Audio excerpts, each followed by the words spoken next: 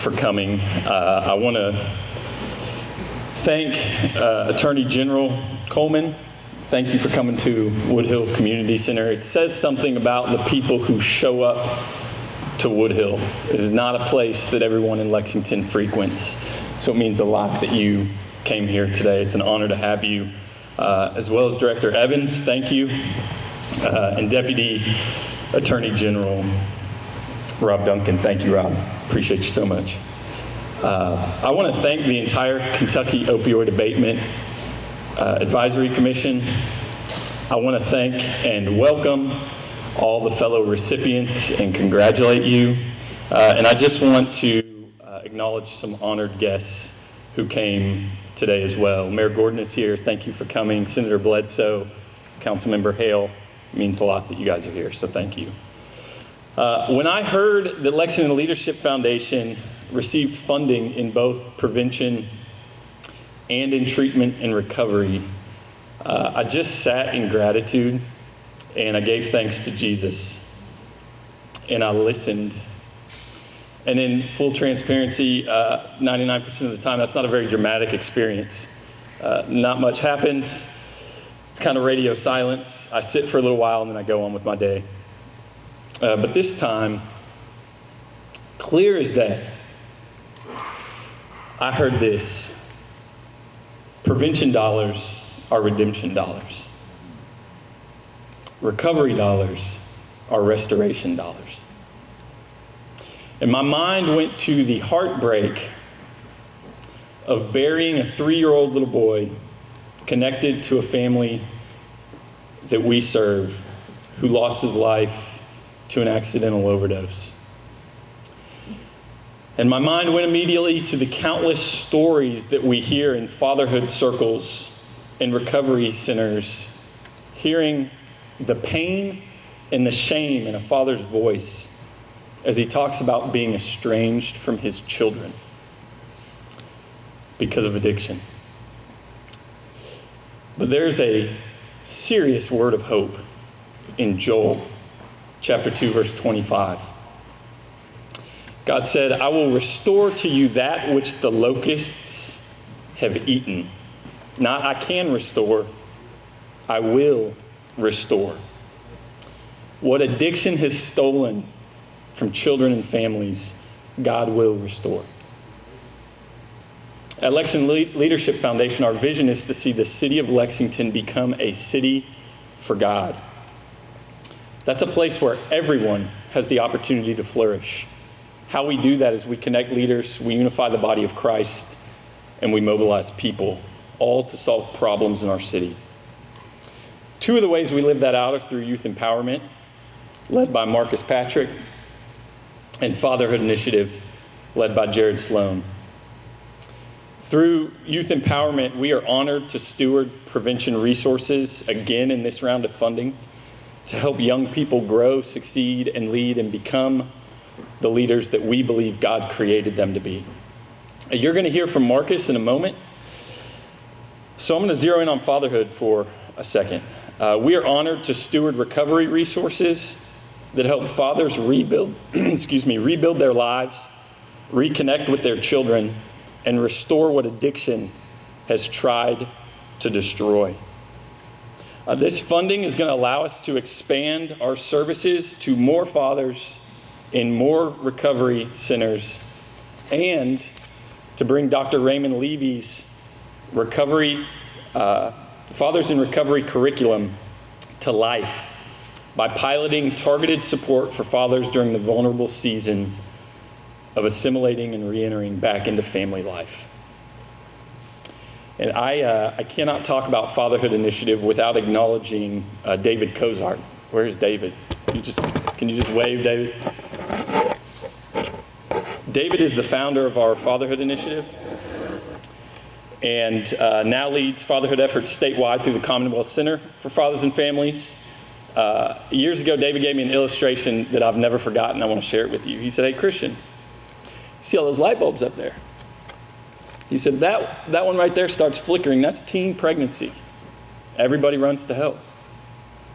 He said, the other one flickers over there. That's youth suicide. Everybody's rushing around that one to help. Then there's 3 back there. They start flickering. That's domestic violence. So we put all the supports around that. And then there's homeless and runaway youth back there. Even federal funding shows up for that. And that whole back row of lights start flickering. That's juvenile incarceration. Everybody rallies around to help. But somebody has to go to the breaker box and get to the root cause of the issue. And when they get there, they discover the whole box is labeled fatherhood. Father-present homes, we will preach from the mountaintop at Lexington Leadership Foundation, are the backbone of a healthy and flourishing community. So to the entire Kentucky Opioid Abatement Advisory Commission, I just want to say on behalf of our board and on behalf of our team, thank you. We are tremendously honored that you are investing in our work and investing in the work of these incredible community partners that are here today. We consider it a privilege to get to steward these resources and put them back into the children and the youth and the families that addiction has tried to destroy. Prevention dollars are redemption dollars, and recovery dollars are restoration dollars. So with that, I have the privilege of welcoming a great leader in our Commonwealth who has been an advocate for youth and an advocate for fathers and has been an incredible partner. His life has been marked by service and a deep conviction to help others. Please join me in welcoming our Commonwealth's 52nd Attorney General, Russell Coleman.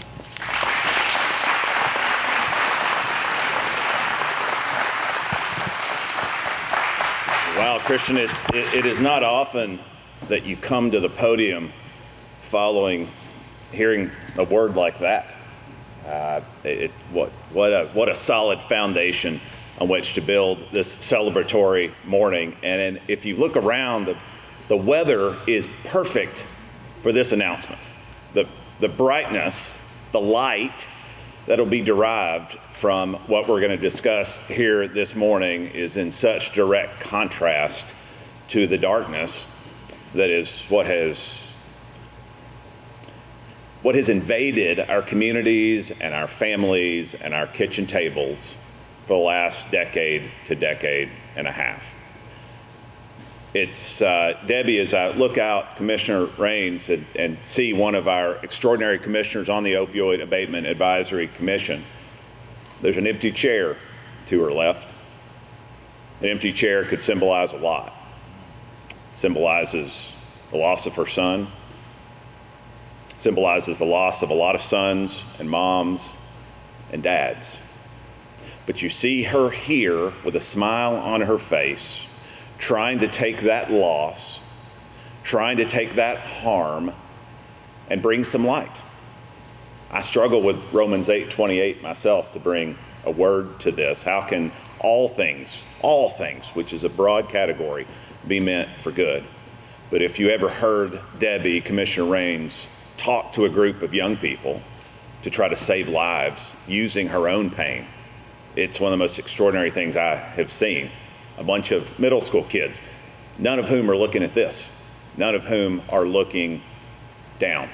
So Debbie, thank you. I want to individually look you in the eye and thank you for being an exemplar of the light that brings us here today.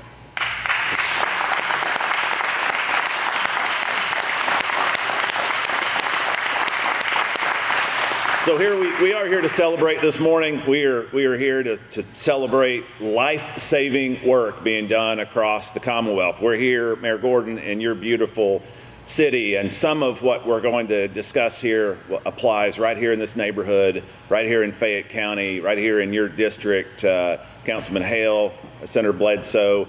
But we're talking about communities, small towns and counties, a little next to the woods, like where I grew up in rural West Kentucky. We're talking about truly from the purchase to the mountains. We're talking about grants in our Commonwealth's largest city to some of the smallest counties in our Commonwealth. That's one of the things I'm most proud of the work of this commission, the focus to ensure that this is not the Opioid Abatement Advisory Commission for the Golden Triangle. It is for the Golden Triangle, but not exclusively for Lexington and Louisville. And for many Kentuckians, that's always a source of tension, a source of hesitancy.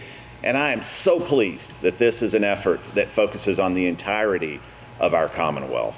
I'm proud to announce, don't want to bury the lead at all, I'm proud to announce that earlier this week, Kentucky's Opioid Abatement Advisory Commission awarded more than $34 million to organizations, just as I said, from east to west. It is our largest funding distribution to date, and we are grateful and excited to see those dollars going to organizations focused on saving lives and helping to rebuild families. $34 million. I think that deserves an applause for just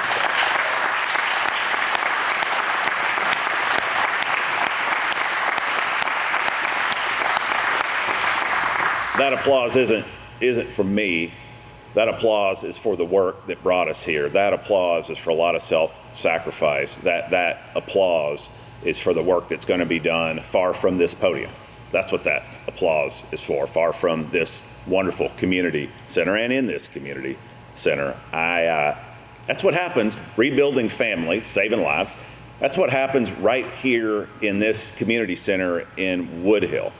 That's why I'm just so grateful to you, Christian, to the Lexington Leadership with emphasis on Leadership Foundation for hosting us not only today, to Marcus, Jared, your entire team. It's what you do at events when the cameras aren't on.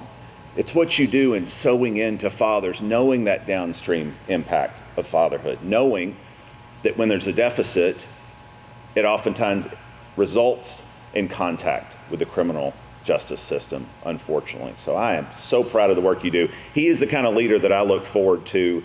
Talk about zealously collaborating. We talk about that a lot in the AG's office, and he and I had not had a chance to meet until today, but we most certainly are going to be breaking bread. I want to hear more about the work that LLF is doing. Now, we, through this grant announcement, we're funding more than 100 organizations dedicated to prevention, treatment, and recovery. Those buckets, but for the first time, we're funding research and innovation. I'm excited about this. It includes one of the 6 organizations to receive first ever research grant dollars, the Kentucky Alliance for Recovery Residences. Now, this is a mouthful, but they are working to sustain statewide recovery housing outcomes. One of those critical nodes in recovery that, especially in our rural areas, that housing is a tremendous deficit, a real limiting factor to recovery. And we're excited that potentially Kentucky will be at the top of that list in terms of a best practice that other states will be looking to replicate from what we do right here in the Commonwealth. Since the creation of the commission by the General Assembly, and Senator, I look to you, and you as the representative of our policymakers, Representative Grosso, want to thank you as well for your service in the branch that established the commission. It's said that if you know a state, you know a state in terms of different states with different processes. There are miscellaneous ways that states deal with opioid dollars. Sometimes it's earmarking, sometimes it's distribution that hasn't even happened yet.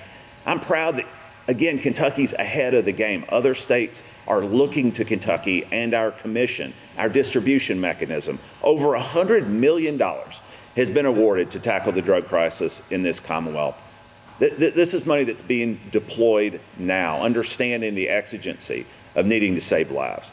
The grants we're announcing here today, in addition to the nearly $10 million in Kentucky's first ever statewide prevention effort called Better Without It. Now, why is prevention so exigent when we exist in an environment where one pill can kill? And we know that. It's not a line from a podium. We are finally using this for good. We are finally leveraging social media influencers. We're partnering with Coach Pope, with Trent Noah. Those of you I don't think there's probably a U of L fan anywhere within miles of here, but in case there happen to be, we have some great partnerships. I say this tongue in cheek. We have some great partnerships with our friends at U of L, Javon Hadley, and a number of other athletes that you'll see their content. We know the power of Big Blue, particularly in rural Kentucky. We know the power of the cards and leveraging that, starting with social media influencers who are athletes, but we are going to from race car drivers to rodeo performers, and with our goal being for young people to stare at this screen to other young people and say, you're better without it. And as much as I was a skeptic, as much as I want to stand here at this podium and pound it and say that one pill can kill as the prosecutor, the reality is the kids that we want to reach, 13 to 26, the kids that we want to give an off-ramp, the kids that we want to save their lives to prevent them being in the throes of addiction, they don't listen to me. My kids don't listen to me, much less your kids. But they listen to other young people. They listen to social media influencers. And to hear Coach Pope say, you want to wear a jersey like this? You want to play on a court like that for me? You're better without it. Or to hear a young lady who lost her brother to drug addiction say, this is the impact on my family, but this is how we're moving forward. This is how I'm filling that hole. For her, it's equine. For many others, it's sports. It's keeping clean. It's faith. And we want to leverage all of that using social media for good. We rolled that out a year ago at the U of L UK game, and we have had over 7 million Kentuckians, 7 million views, showing my age by not even articulating this right. We have 7 million views of our content since we rolled out Better Without It. And we are continuing to fund. The commission is funding this. I couldn't be more excited. It may be the most impactful thing I do in this job as your Attorney General and trying to save lives. Make no mistake, as excited as I am about Better Without It, this is blood money. What we spend, what we announce, it is blood money to those that have lost their sons and their daughters. These dollars that we have clawed back from the companies that created this crisis. The notion of stewardship goes beyond simply making good decisions. The notion of stewardship goes to not just bearing those talents, it goes to growing those talents. It goes to spending those dollars in a way where we think of Zach. We think of every family when we make announcements like this. And it is a heavy thing. And it factors into every decision our Opioid Abatement Advisory Commission makes. And I am so grateful. I cannot say this enough. I am so grateful for their willingness to stare into this darkness, to fight this heaviness with these dollars. And we're going to spend them in a way that has an impact. Now, these grants come as Kentucky is making progress in the fight against the drug crisis. We know this. Everyone in this room knows that our numbers were improved last year, 1,410 last year. That's improvement. But for the 1,410 families who still have an empty chair in their house, last year was not a good year. So this is a moving target. We do not rest on our laurels. We are not there yet by a long, long shot. And that's why we are investing these dollars in a wise fashion. And with incredible partners, those that are here with us today, we are chipping away at this limiting factor to our flourishing and getting closer to a solution. So I want to end by again expressing my deep gratitude, not only as your Attorney General, but as a dad of kids who I worry, no throwaway line, young kids and teenagers, that I worry about the environment in which we're raising our kids. It is a no margin of error environment. It is a no margin of error environment in terms of the substances, where one pill, one bad decision, one bad call, and they can lose their lives. One bad call with this, and their lives can be destroyed. Their mental health can be crushed. Friends, we are, for the first time, and this is not the prosecutor wringing his hands. This is the dad saying that those of you who are parents and grandparents, mamas and papas, We are raising our kids and our grandkids in a no margin of error environment. And it takes collaboration like this, it takes community like this to mitigate the size and the metastasizing threats that we're facing. That's not a dark notion. I return to the light that's in this room. I return to what will be discussed from this podium. But I am so grateful to the members of the commission, represented today by Commissioner Raines, but these are people that have day jobs who are willing to look into the darkness and invest in trying to mitigate this harm. So my real job up here today is to introduce our next speaker, someone who has lived leadership since a young man, someone who served in our Drug Enforcement Administration, seeing things, smelling things, being exposed to environments that you just don't unsee, who was willing, we jokingly say he failed at retirement, after leading the Drug Enforcement Administration, not only being head of global ops, all operations for DEA globally, he was the acting administrator of the Drug Enforcement Administration. He wanted to step into another role, still serving.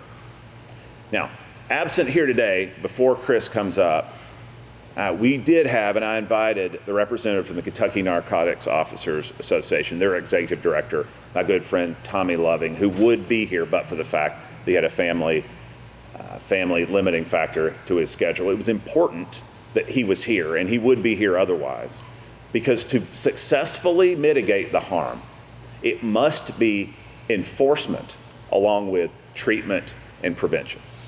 We're focused today on prevention, we're focused on treatment, and I'm excited that we're focused on innovation. But even though we're not spending our bandwidth up here talking about enforcement, enforcement is an essential part of this formula. This is a gentleman that spent his whole career in enforcement and is now leading our efforts with integrity to save lives. And so with that, please join me in welcoming the Executive Director of the Opioid Abatement Advisory Commission, Chris Evanson. I didn't make the joke.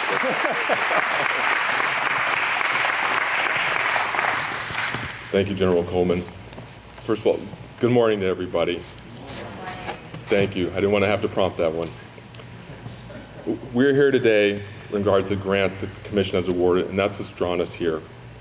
But we're really here to honor those who help others heal, those who make the community stronger, those who make us all better, those who change what is happening in our environment and support others. And we're here today to recognize you and to honor those things. But in that spirit, I want to make sure that we don't forget that the work that we do today is a remembrance of those we've lost. We can never lose sight of the pain, the suffering, the trauma that has taken place in our communities. And we want to continue to make sure that the work we do honors those and their families.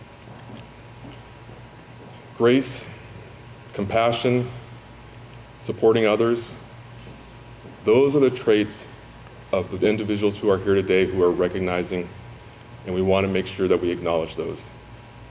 You step into places that are dark, that are difficult, finding people at their bottom in their lives, supporting people when they don't have other places to turn.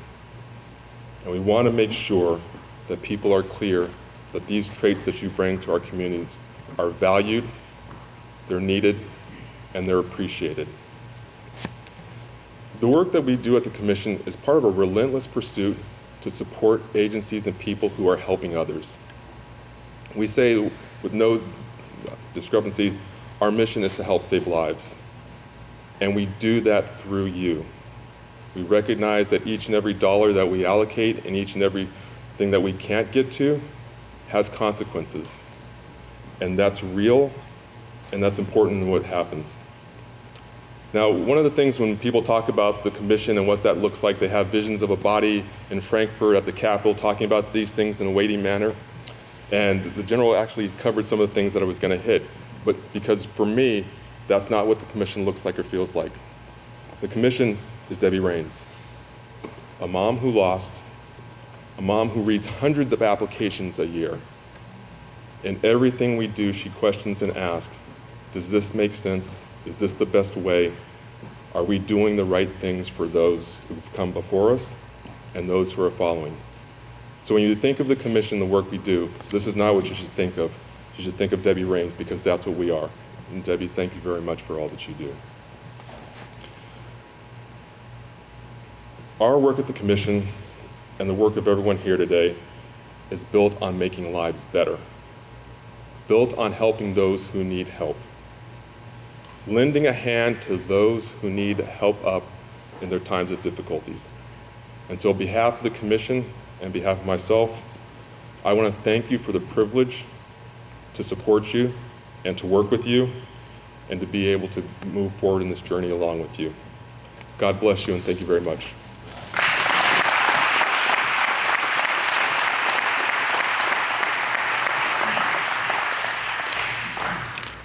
Well, I have the awesome privilege of introducing the man who around here really needs no introduction. But I want you to know a couple things. 26 years ago, there was a kid in Knoxville, Tennessee, who woke up early in the morning to go work a job at FedEx so that he could spend the rest of the day doing what he loved to do, which was invest in young people. That young man met his wife, Audra, and got married, and they do what every smart person who gets married in Tennessee does. They move to Kentucky. And we are so glad he did. Since then, which has been, over 19 years, Marcus Patrick's vision to serve youth and families has only grown and impacted more and more kids every year. The resources in prevention that the Commission has allocated to Lexington Leadership Foundation have allowed us to put deeper supports in academics, wrap around entire family support of the youth that we're serving, and reach more kids primarily through athletics. The place you are standing today is a result of Marcus Patrick's vision. This entire ministry, which he oversees, was built around his vision. Probably 18 months or so ago, Chief Withers was here, Police Chief Withers, and he was kind enough to sit down with us for a little small project. And I was so grateful that he gave us his time. I kept thanking him. And he finally just put his hand on my shoulder and he said, "Christian, I just need you to understand something. I lived in this neighborhood. And I remember what it was like before Marcus got here and before this place was built. So when he texts me or calls me and he asks me for something, I show up." So please welcome the director of our youth operations, who is celebrating with us the renewal of opioid prevention resources, Marcus Patrick.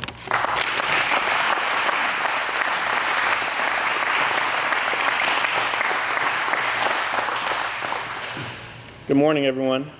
Thank you all for being here. It's a pleasure to see all of your faces here, and the reason for you being here in support of children, youth, and families and communities all over this state.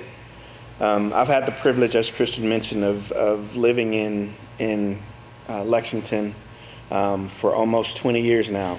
We moved here specifically to engage in the lives of young people and sometimes to remind them of the gift that they are to their families and the world at large. And today, I'm glad that we get to be here to celebrate the money that we all receive that will benefit and create more healthy communities, more healthy households. And I'm excited about that because I think about certain young people that we've had the opportunity to engage with. Young man named Takarian, who has been affected by just the traumas of losing a family member to gun violence, surrounded by easy access to drugs and opioids. And we were able to partner with another organization and launch a soccer clinic last year. And the soccer clinic started at 9 in the morning. And this young man was up 8 o'clock, ready to engage, because he was excited about something for the first time. And so he got up early to engage in soccer opportunities because there was something available for him to do. We were able to put that clinic on with the money that came from the opioid abatement. So thank you all for that. Also think about a young man named Joshua, who again, in this community, easy access to drugs and opioids, unlimited traumas that he's faced already. And we've been able to surround him with our staff to put in some academic supports that partner with local schools to help lift him up and again remind him of the young man that he will be and that he is right now. We truly believe that our young people can be leaders right now. We don't expect them or ask of them to be a leader when you graduate high school or you get this degree or you work this job. We want you to lead right now. And what that looks like is understanding the capacity that you have and the voice that you carry that will help someone else. Upstairs in this building, we have a conference room that throughout the week in the afternoons, it's one of our spaces that our kids get to use for their after-school programming, their homework group. We leave it as a conference room table because we want them to understand the gravity of what happens at conference rooms tables, so that one day they will be able to sit on the other side of that table to make decisions on behalf of somebody else. That's why we do the work that we do. And right now, the amount of access that our young people have, even in schools, to vapes and drugs and gummies is unprecedented. And so this money helps us just kind of build our arsenal of what we can take into schools, take into communities to help combat the issues that our young people face. So again, welcome to all of you that are here. Congratulations on the money that you've received into the committee. Thank you so much for allowing us to be recipients of this, and we look forward to working with other partners and creating more change in this community. Thank you so much.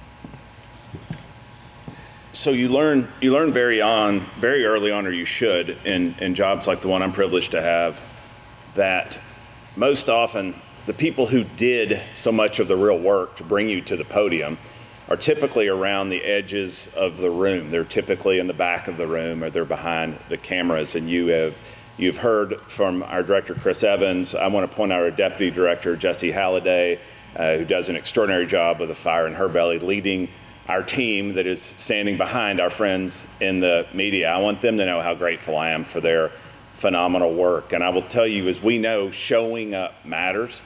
So I'm grateful, Mayor Gordon, for you being here. Senator Bledsoe, thank you for being here. Councilman, thank you for allowing us to join your hospitality here in your district. And Representative Grossel, thank you for being here. Showing up matters. We're grateful for all the leaders that are here. With that, we're happy to, and Director Evans can join me as well, happy to answer any questions that our friends from the media might have for a few moments.